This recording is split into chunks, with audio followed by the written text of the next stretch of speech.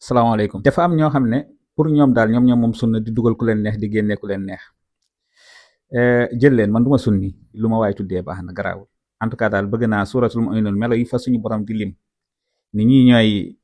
way gëm ñi yàlla naa am melo yooyu. ana abdun min ibadillah yàlla na ma yàlla def muslim point garaawut. dina am ay leeral yi ma def.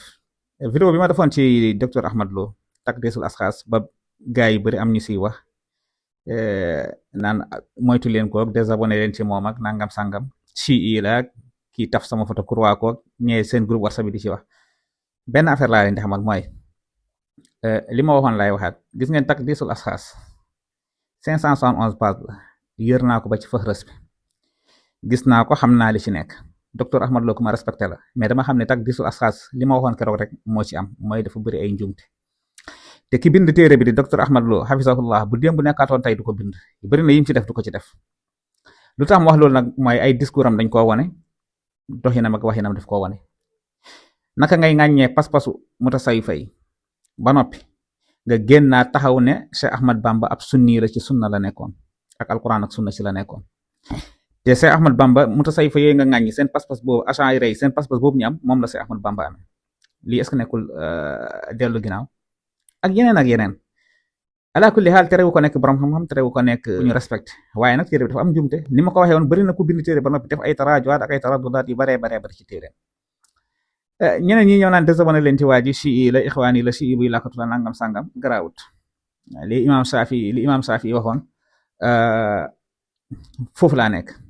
in kaana rafdan xubbu ali muhammadin fal yashhadi saqalaan anni rafidi.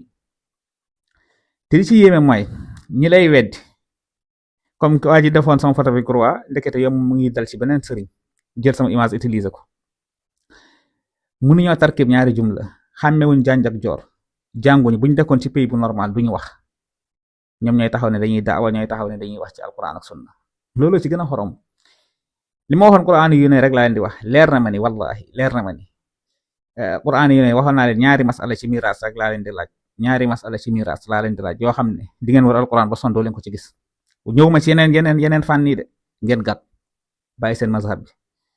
est-ce que xam ngeen am na benn cheikh ci quran yi ne dafa demoon jàngi ilmul mustalahul xadis ilmul xadis la demoon jàngi affaire yi compliqué ci moom mu bàyyi ko nekk quran yi ngir tayal ci xadis moo dal ñu baree ñoo xam ne xàmmeewuñ janj ak joor ñooy taxaw tey ne dañuy daawa. xam nga nekk sa ginnaaw écran di wax dafa yomb wallahi ku ma ci jàkkaarloo woon débat amul xool téléphone amul xool tablette amul xool ordinateur amul xool téere di ngeen weddi ci li ngeen nekk. mun ngeen woote mun ngeen daawa waaye ngal la na ànd ak teggin na ànd ak xam-xam na ànd ak respect. beneen bit mooy